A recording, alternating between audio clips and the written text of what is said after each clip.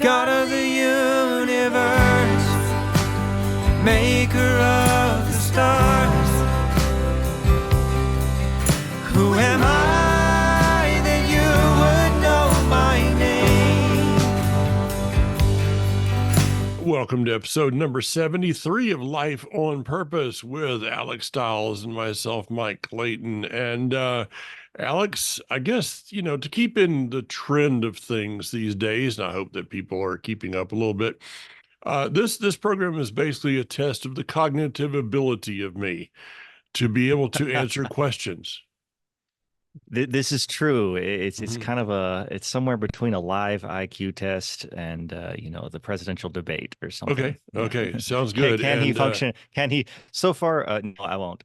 So far, you're performing better than some presidential candidates on their okay. feet. How's that? We'll I stay out of appreciate politics, it. but Okay. Yeah, and Kathy said that a lot of people were discussing that I was not looking at the camera as much, and I was looking, over to the side. I was just looking at the teleprompters. right. That's exactly how that is. Yeah. Because we lied I that I love it. didn't get the questions. No, we didn't. Everybody knows better than that. So, well, all right. Hey, let's just dive into this. Any follow-up for last week, or you want to go forward, or what do you want to do? Oh, we'll move forward today. We touched last week that we were going to kind of work our way through the stages of life as well as work Mhm. through some of the big questions that or big subject material, I guess, that we come across. And so this week we're going to start, logically Yeah. with childhood. Okay. And kind of I'm not exactly certain where we're going to get to it, though I know that we are going to touch on some fairly serious subjects in this childhood. Okay. If you're out there and you've had the absolute perfect childhood, with absolutely nothing ever went wrong in your life, then God bless you. But Mhm. you might not necessarily need to tune in, right? If everything went perfect.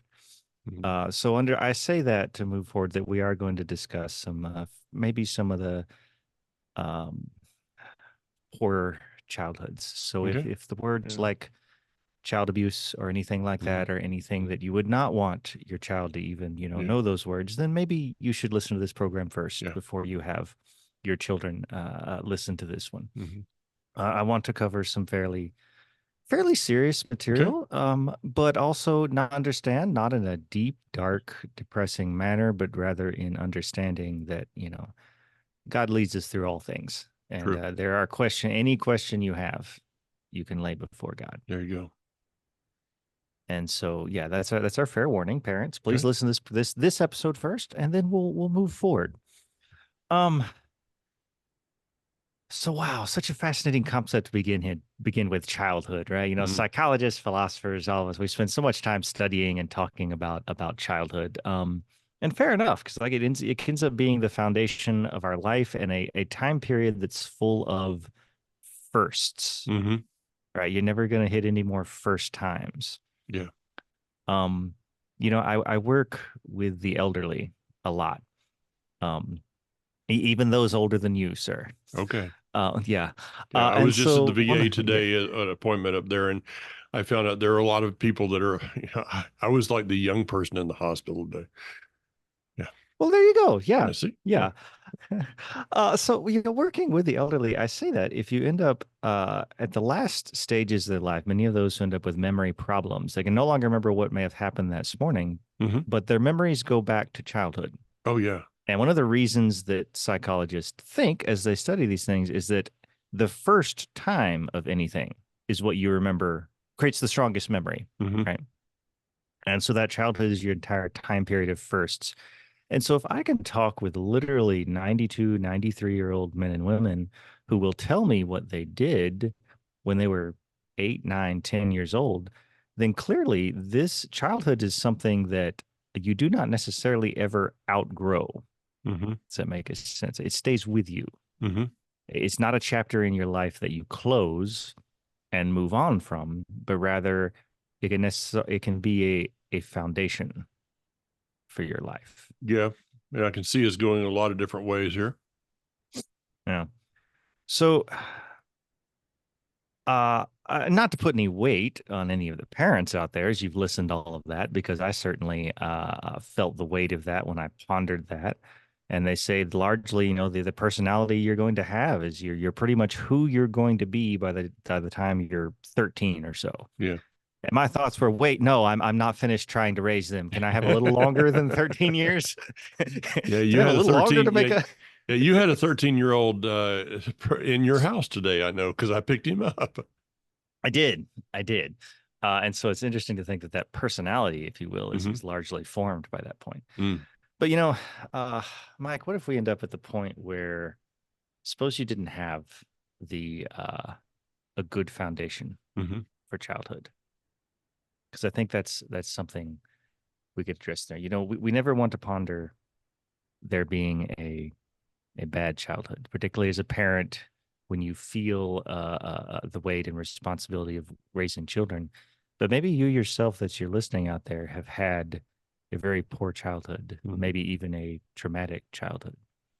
If someone was to look at you, Mike, and come to you as their mentor, like we talked about, asking help, um, would you be able to relate, Mike, to them having had a very bad childhood? Yeah. That's a loaded question. I know. Yeah, it I know. is. It is. Let me go back to, you weren't at Shabbat service last week because you were working, but I started out by saying in a podcast I did with Barry Phillips a number of years ago, I said this, that life, by the time you figure out life, you're at the end of it, you're dying, Mm, which is, there's so much truth in that. But now go back to the other end of it, of childhood. It is the one thing in life that you don't have a choice of. mm-hmm, Nobody chose to be born. You didn't choose the mm, time you were going to be born. You didn't choose the parents you were going to be born to. You just kind of like, wow, I'm here. And in fact, it takes you a couple of years to figure out where here is. mm-hmm. You go through those that first time period of a few years, depending on your memory processes, and you're just like you have to rely on your parents to tell you what happened during that time. And hopefully your parents, Right. my wife Kathy, she kept a diary so she can go back and tell the children what they did, and I only remember the funny things. But childhood is an interesting thing because it is.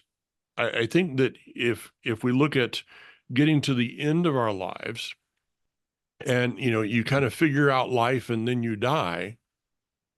Well, life Mm-hmm. for many people is spending the whole time trying to get over your childhood, Mm, trying mm-hmm. to figure out, wait a minute, how do I repair this? You come into the world, and then people begin to do things to you that are not right. As a pastor, I've dealt with uh, untold numbers of women. In fact, some men that their earliest memories were of abuse, and I'll keep this Mm-hmm. relatively innocent at that point. But people can take it as far as you want to go. All right, as I have had to deal with. Um, as as the If that is the earliest memory of the person or persons that you are being told to trust, and Mm-hmm. they betray you, they take your innocence. Mm-hmm. Um, wow. I mean, you really you really don't. I don't think a person ever actually gets over that, Alex. And it Oh, that's doesn't very matter. fair. It doesn't really matter what kind of relationship we have with God. It's still there. To use a Mm-hmm. word that's not usually used in a program like this, it still haunts you. Yes, absolutely. Okay. It Absolutely. is still there as part of you. You can't go back and erase it. What you can Mm-hmm. do is you can figure out how to release the people that did these things to you. my father. I did not, I didn't know him. As I said last week, my mom and dad were divorced when I was 8. He died when I was 14. Don't have a good memory, none. I mean, it was just one bad memory after another, and I had to figure out. And the hardest thing was dealing with this verse of one of the 10 commandments. I don't see them as suggestions, but commandments. Honor Hmm. your mother and father. it, Absolutely. it took me 50 years to figure out how to do that. And literally with my dad, the only thing I can honor him for is that he gave me life. Hmm. But that is worth honoring him for.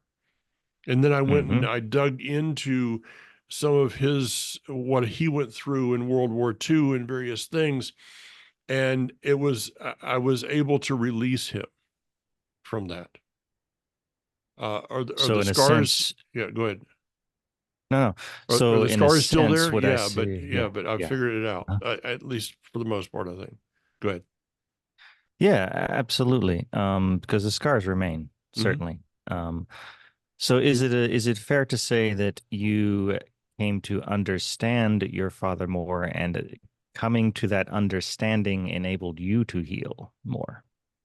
Yeah, yeah, that's a good way to put it. That understanding when he was on a LST, some of the things from World War II are in my life behind me here, things that I inherited from him. And so I actually found out what ship he was on. I went online and I traced that. I could see where it was at in various places. I was able to talk with a man a number of years ago who was a good friend, and he was in World War II, and we found out that he was a radio operator, and he was actually on the shore at the same time that my dad was landing on the Mm. LST, the landing ship tank, or as it was called originally, the long slow target, I think it was. Ooh, It was just ooh, bad. terrifying. So yeah, they never gave them names because they knew they'd all be blown up, and it was a whole story. But I was able to piece things together, find out how close his ship was to some mortars that came in and various things, and I actually went to a ship that is the same as his up in Evansville, Indiana, and toured that. And I mean, I did all of these things, Alex, just to figure out who he was, and maybe to be able to, through that, release him uh, for, all the stuff. Hmm. And, that's the best I've been able to do. All right. That's it. That's the best I've been able to do. I mean, one of my earliest memories, the garage, the garage in Jacksonville was, first of all, ask my mother, why is daddy sleeping in the garage? Number two, and this is an interesting one. And guys, we all we warned you here, but I remember going into the garage, early memory, and seeing the boxes from the Christmas presents that I was told Santa had brought me. Hmm. And I remember looking at those boxes and thinking, my parents have lied to me. Right. Uh, yeah, we could go so many directions there of, truth to your children there. Um, I think you've said this as well, but I said it as well. You tell them about God, the Easter Bunny, Santa Claus, and the Tooth Fairy, and then you go to the point of, hey, wait, three of those were lies, but the fourth one's true. Yeah, you got to So believe yeah, me that on the was part fourth of the one. Yeah. right, right. So that there's a principle there in not lying about Yeah. any such thing there. Yeah. Be Right. truthful with So your children. And in and all and this things. this brings in another thing.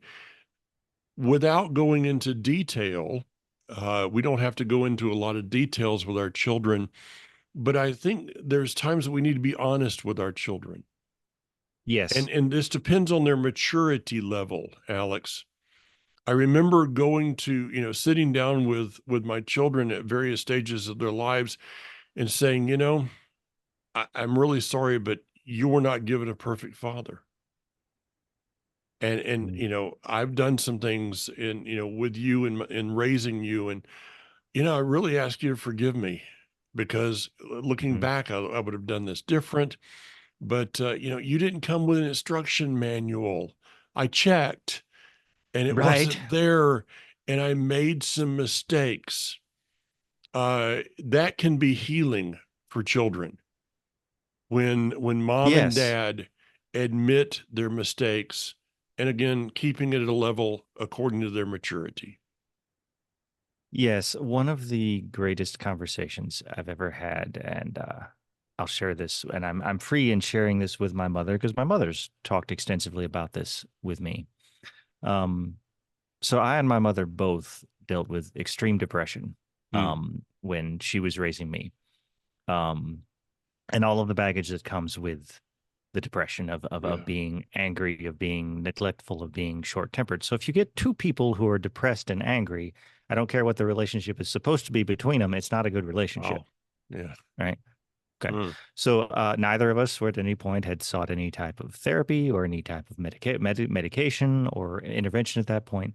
So we were going through this where I'm trying to be a good son, but I'm depressed and angry and don't care. And she's trying to be a good mother, but she's going through this incredible period of depression, right? We froze up a little, just waiting you're just a good. second here. You're good. Okay, we're good. Um, and so going through that time period, it was an incredibly healing process Mhm. later when my mother and I have both talked about my childhood with her and have shared the similar things of what she went through in that time period and what I was going through in that Wow. time period. Yeah. Um, and we've been able to do a lot recently to heal our relationship It's and great. to because there wasn't a relationship there. There wasn't any type of a good relationship Hmm. there. No matter what the kind of good intentions can be on both sides. Just in the same manner that with my wife, that I ended up dealing with the extreme depression. I think I've shared Hmm. before. I can't remember if it's been on this podcast. That we'll get a little more of this when we get to marriage. We've Okay. touched briefly on it that I married my wife because she made me feel good, and she Hmm. married me because she thought she could fix me. Now we'll go more into that. Stay tuned. We'll go into that when we Yeah. get to the marriage point in this. But I was very hurtful to my wife many Mm. times during my depressed and angry periods. And there are, I mean, man, I look back at my kids, and I've shared before how God used my children to bring me out Yeah. of my period of depression Yeah. and to encourage me to seek help and to put my life in order. Yeah. Um, Mike, there's there's not much in this world I wouldn't give to have gone back and started putting my life back together earlier in my Mm. children's in their childhood Yeah. because there's so much of their childhood that so I feel like I'm about to take this from a 1 to a 100 here. I'm going to come at this from a different side here. I'm going to come at this from a parent who suffered with extreme depression, whose life was totally not in order. And I'm going to talk about my interaction with my children. And my point in do this is to hope that there's someone out there who is listening who is a child of a depressed or angry parent and who might come to some degree of understanding from Yeah. this. All right. So uh, you've got three children. Um, how your oldest? How old is she? It's your daughter who's the oldest, Yeah. right? 40. Okay. Oh, I shouldn't have asked. Well, But I said originally, I said that I would feel old when I had a child that was 40. I've now changed that to 45, and she said, okay. right. I did tell my wife eventually that she had to stop lying about her age because she had at that point she had an 11-year-old son. She could no longer claim to be 23. True. So where I'm going, yeah, where I'm going with this is, I guess I'll ask some of this. Mike, your daughter, you remember those are your firsts, right? Raising her there. You remember when she walked, right? Remember, probably remember that first diaper you changed, things like that. Yeah. Um, Try to delete that memory. Well, I got out of that Um, because I one night I dropped her. Kathy said, "Get up and change the child," and so I did, but I dropped her, and I hadn't didn't have to get up after that. So oh, awesome. That's awesome. it was a tip. Yeah. I didn't drop her far. Okay. Oh, right. Oh, they turn out good in spite of us, Mike. Yeah. Yeah. Yeah. Mm. Um, the first time feeding him, the first time in that, Mike, give I would give anything I own and almost any other things to have some of those memories. Because there's a truth, well proven fact in depression, whether it's neurochemistry or psychology, it's argued both ways. But when you're in a deep depression, you do not store memories. You don't keep memories.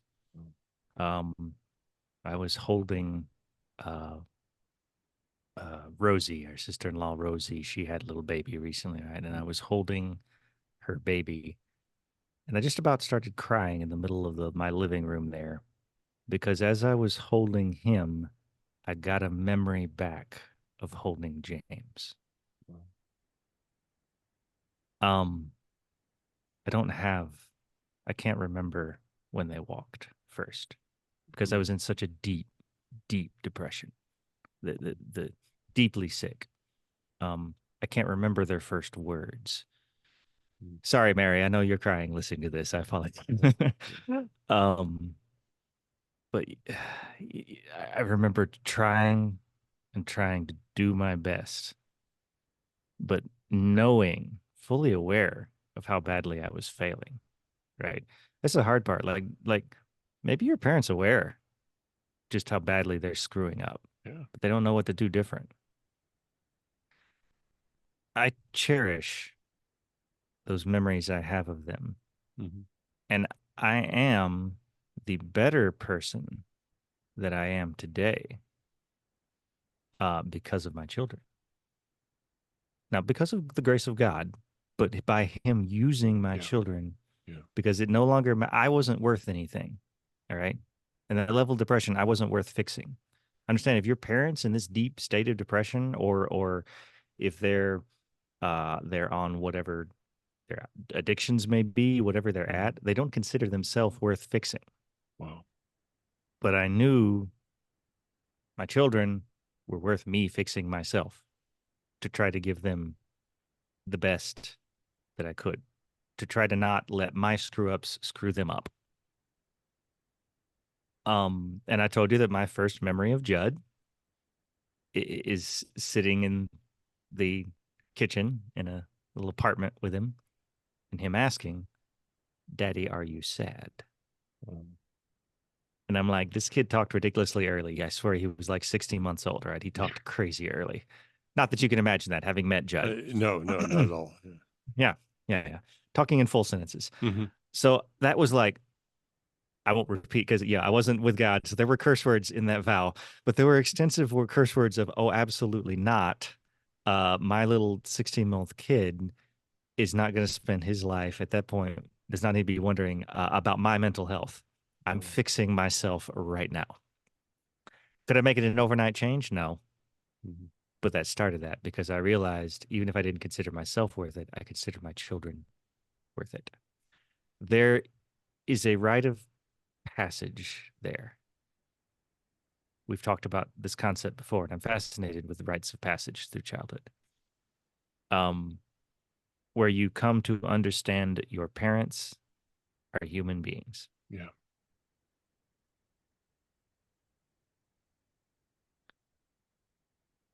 And that's, I remember Where do I go from here?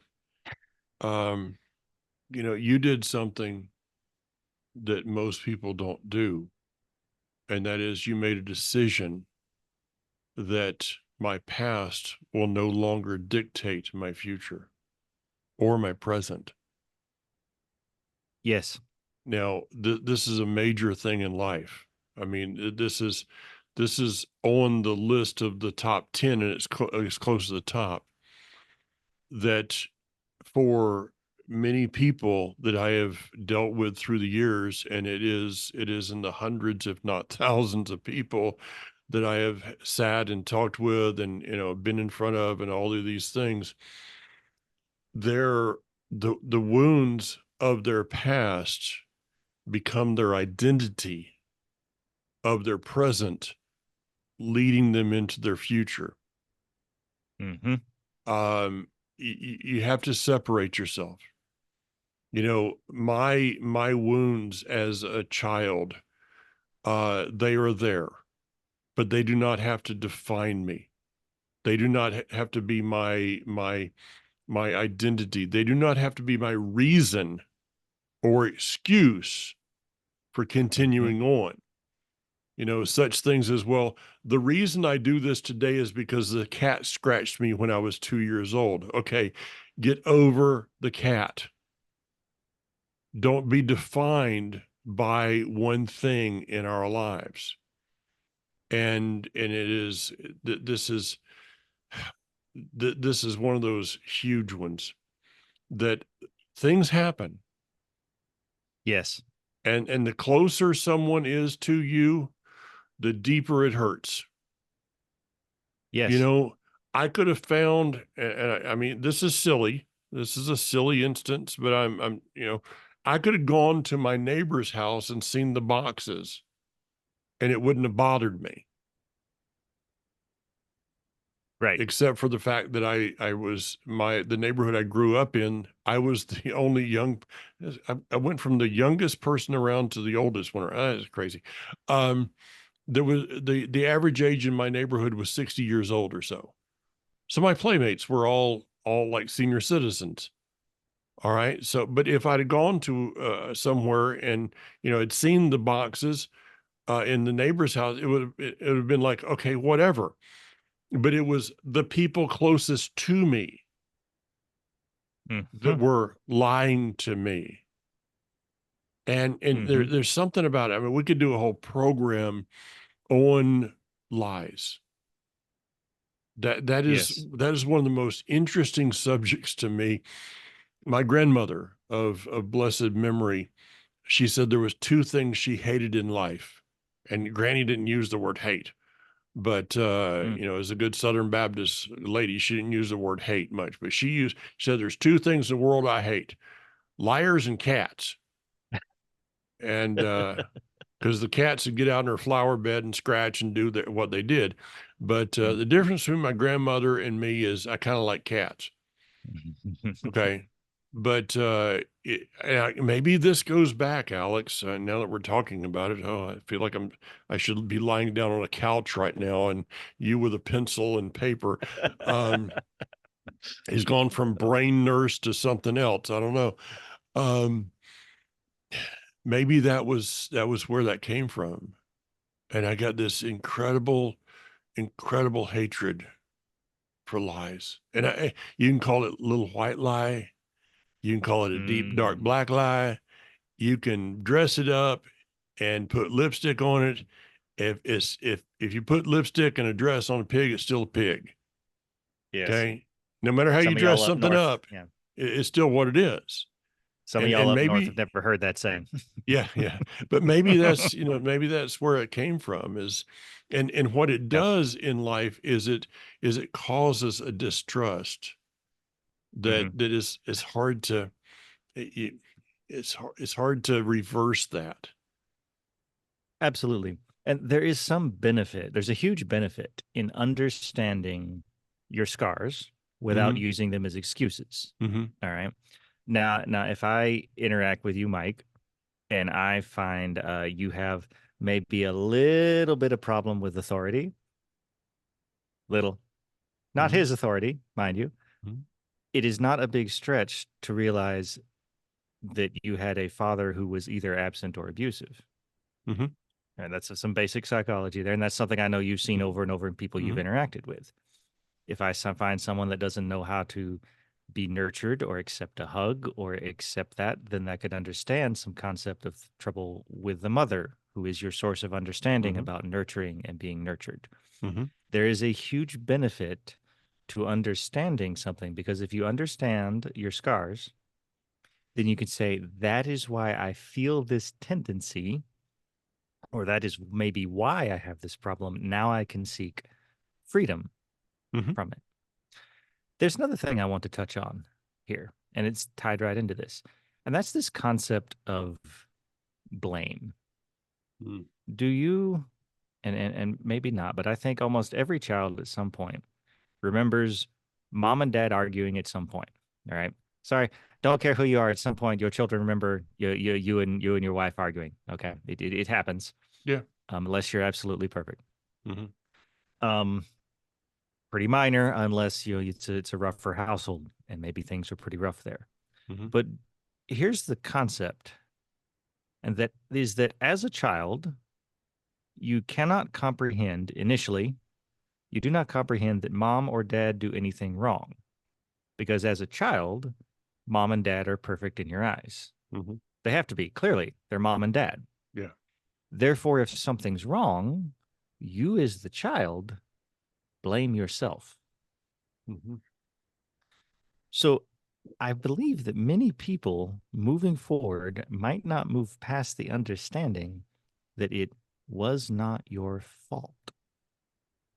Do you think there's value, Mike, in going back and looking at your own childhood and freeing yourself from your own guilt of things that were not your fault? Yeah. Again, without it becoming, I don't want to write 5 books and produce a movie on the subject. Mm-hmm. Okay. Mm-hmm. And that's a problem with a lot of things. I know I'm thinking about a verse in scripture, that, and I won't mention this one, but people do this. They take one verse in scripture and all of a sudden write 5 books and a workbook and a 12-step program, and basically put people in bondage to the original thought, Mm-hmm. instead of Mm-hmm. my dad was in Alcoholics Anonymous, AA. It wasn't good for him because they didn't teach it. And I'm not speaking against this. People, okay, I just opened up a can of worms that aren't kosher. But for my dad, they didn't have the answers. Okay. That's a fair statement. Okay. They didn't have the answers he needed. Mm-hmm. Um, you talk about memories. Interesting enough, Alex, I've heard of counselors that, well, we want to take you back into your childhood and see, Messiah standing there with you, or see God standing there with you or stuff. No, no, I'm not, no, I'm not going there. Because there's a lot of memories that I don't have today that I thank him that I don't have those memories. Yeah, I also don't want to jump too far onto the psychology, but if you're Yeah. talking with a psychologist or a therapist who is telling you, please let me work with you to pull back these memories that you Mm-hmm. have suppressed, please go see another therapist. Okay. Mm-hmm. Any basic study of therapy, any well trained therapist will tell you that is not a proper method of therapy. You do not go trying to find memories. The human mind will then create memories to Oh fill yeah. those gaps. Yeah. That is a basic, well proven thought of therapy. Please work with a therapist who interacts with you as to what you do remember and Mm-hmm. what you feel now and how you will move forward and fix your life. And one Please do that's not spend time. Yeah, Yes. and one that's Yeah, trying to work themselves out of a job as fast as possible, not create an income. absolutely. Absolutely. Yeah, you should not be a residual income to somebody like that. So, Right. but see, I talk about my childhood. The truth is, I also do not have a single memory of my mother and father arguing. Good. But I know I know for a fact that it was way over the top arguing. I mean, it Mm-hmm. was it was it was violent in my home Mm-hmm. because my mother later on, for some reason, told me about that. But I don't have the memory. And so Mm-hmm. I figure that the Father was great. The Father, my Heavenly Father, was gracious enough to me that I don't have those. But a reason I know that it's there is because you know enough about me to know this. I can't stand conflict. Mm-hmm. Absolutely. Absolutely. I don't deal with emotional um, people, emotions that are out of control emotions. And I Mm-hmm. know where that came Mm-hmm. from. But Yes. I've Yes. I've figured out my Heavenly Father also knows that, and there's a reason. So I'm not going there. I don't need to go there. I don't need to Mm-hmm. know things that He doesn't want me to know. Mm-hmm. Absolutely. Like there is no true benefit, and I say this as a nurse, I say this as a follower of God. There is no true benefit for going digging for memories that your Hmm. mind has suppressed. Hmm. Because God created your mind, He blessed you, He created your mind to protect you. Please don't go digging up memories that the Father has been kind enough to suppress, that you have Hmm. suppressed. It is very much a part of healing. In Hmm. fact, the huge component of PTSD is that the memory is not adequately suppressed and the memory keeps Hmm. flashing back. That's what a Hmm. flashback is an inadequately suppressed memory. Yeah. We don't have to go all the way down the whole neurochemical and psychology route, but yes, we'll pause there. We can move from there, but just an absolutely yes. Be grateful to the Hmm. Father for bad memories that have been suppressed, and work to move forward with the memories that you have. Yeah. Here's another So aspect. there's yeah, go for Let it. let me give you another aspect of this. That when I came, okay, when my dad died, I was walking away from religion and church and God Mhm. and everything about that time. Did not want to have. I'm I'm like the least likely person to be sitting where I'm sitting, and doing the job that I have done for 31 years. But with that being said, when I came to all of this truth, my father was dead. There was no way for me to go back and say and get the son, I'm sorry. No closure as No, far as an no, interaction with no, him closure. no. Yeah. There was no way to get closure to that. And so, I told all the things, some of the things I did. And then a number of years ago, I actually went to, it took me a while to find, I knew the cemetery, but it took me a long time to find the grave site.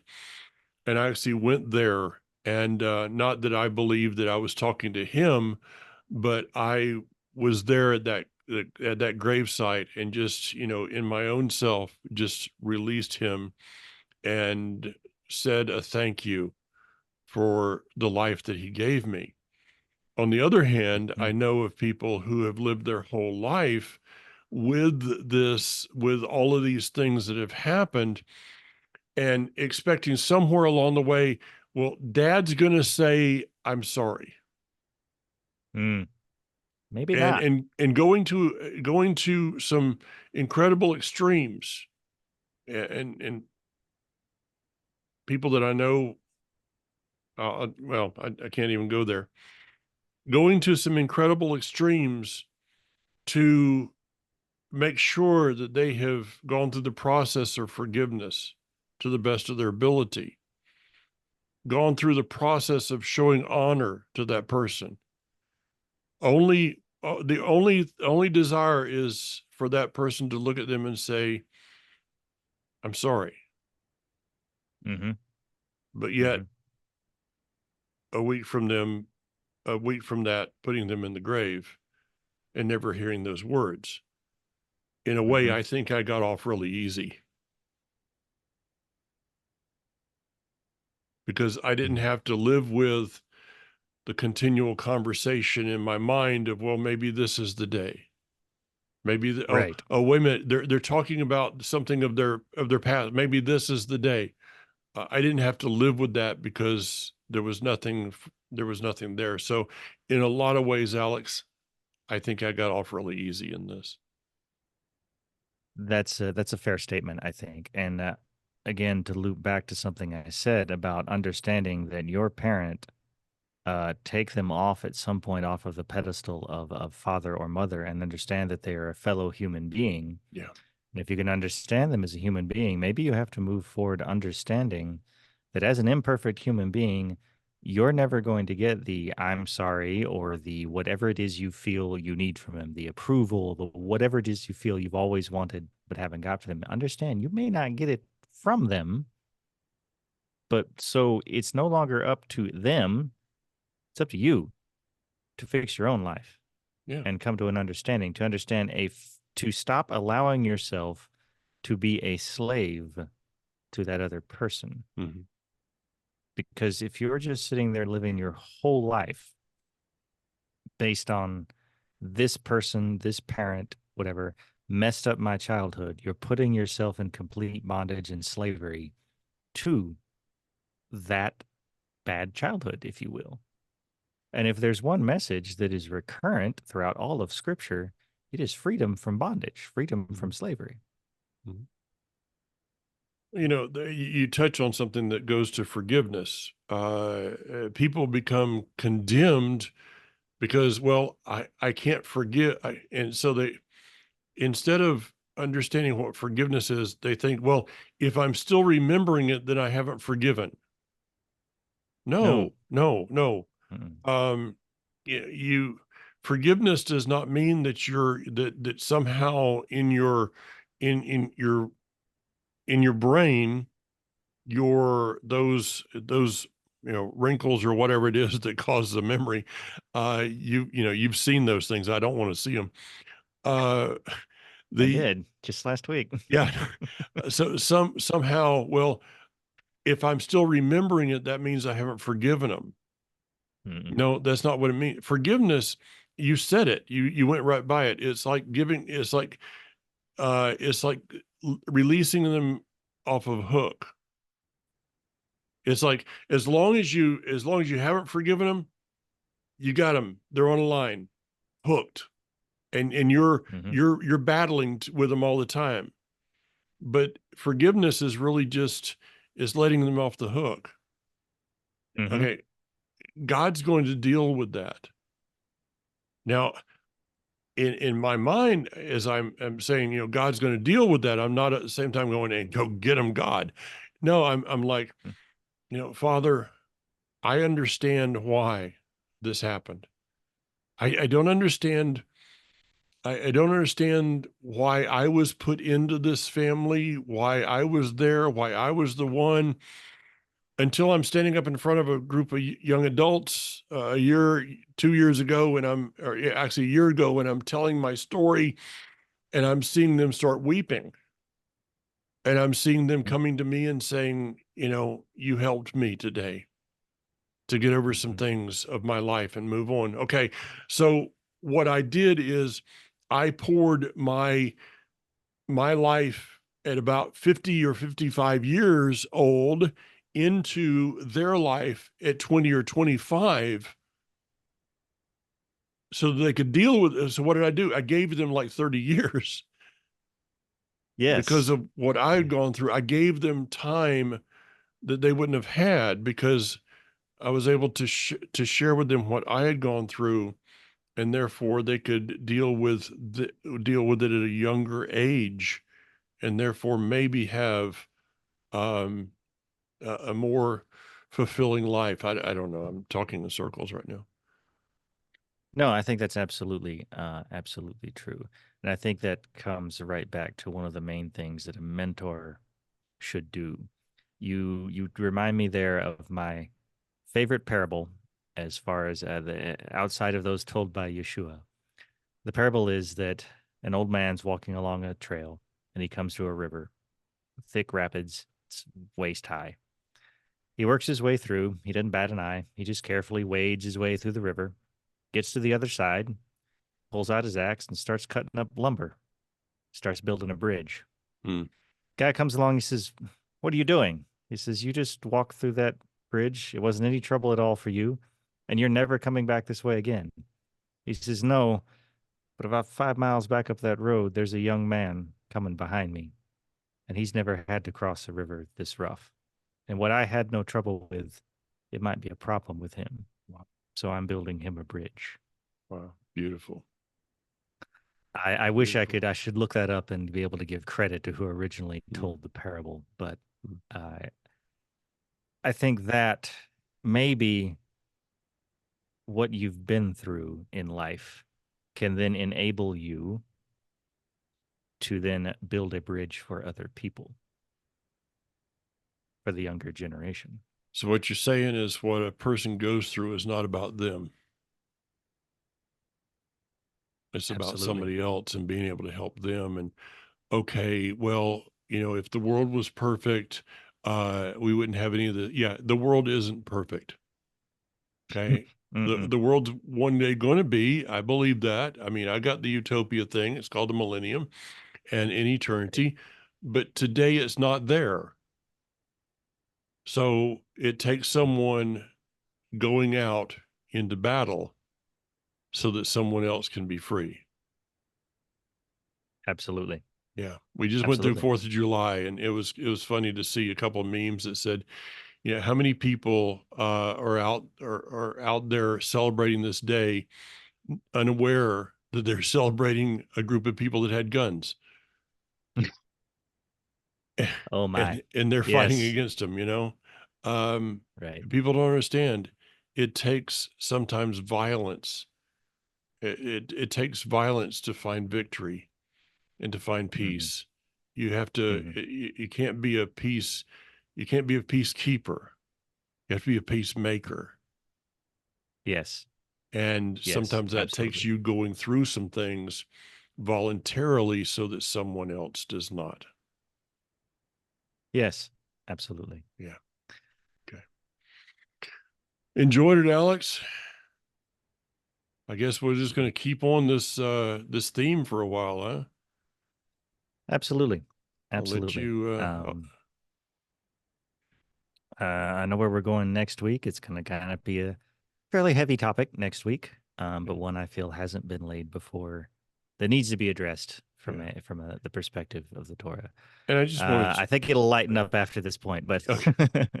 Well, before we lighten up, I just want to tell people a little bit something about you. I kid you, you're a brain nurse, but I don't think people understand where you are. You told me before we came on the air that being an ICU nurse, you lost 3 people in 24 hours. Yeah. For you, death is something that you see way too often.